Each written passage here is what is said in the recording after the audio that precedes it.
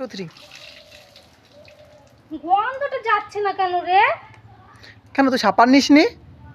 কোনো মাইটেলে যে পাট ছাড়লাম, মাটি দিয়ে ধুলাম হাতটা, গন্ধটা যাচ্ছে না।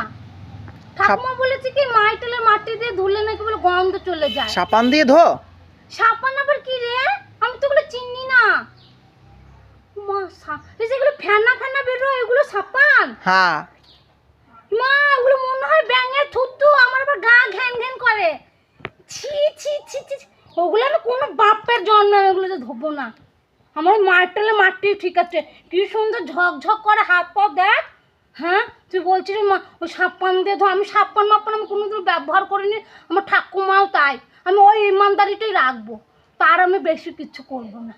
ওইগুলো দিয়েই আমি ওই মাইটেলের মাটি দিয়ে 10-8টি পাট এড়িয়ে এলাম ওই মাইটেল থেকে।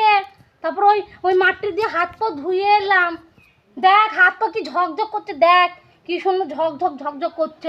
ওই সাবান দিয়ে আমি কোনোদিনও ধুই না। হুম।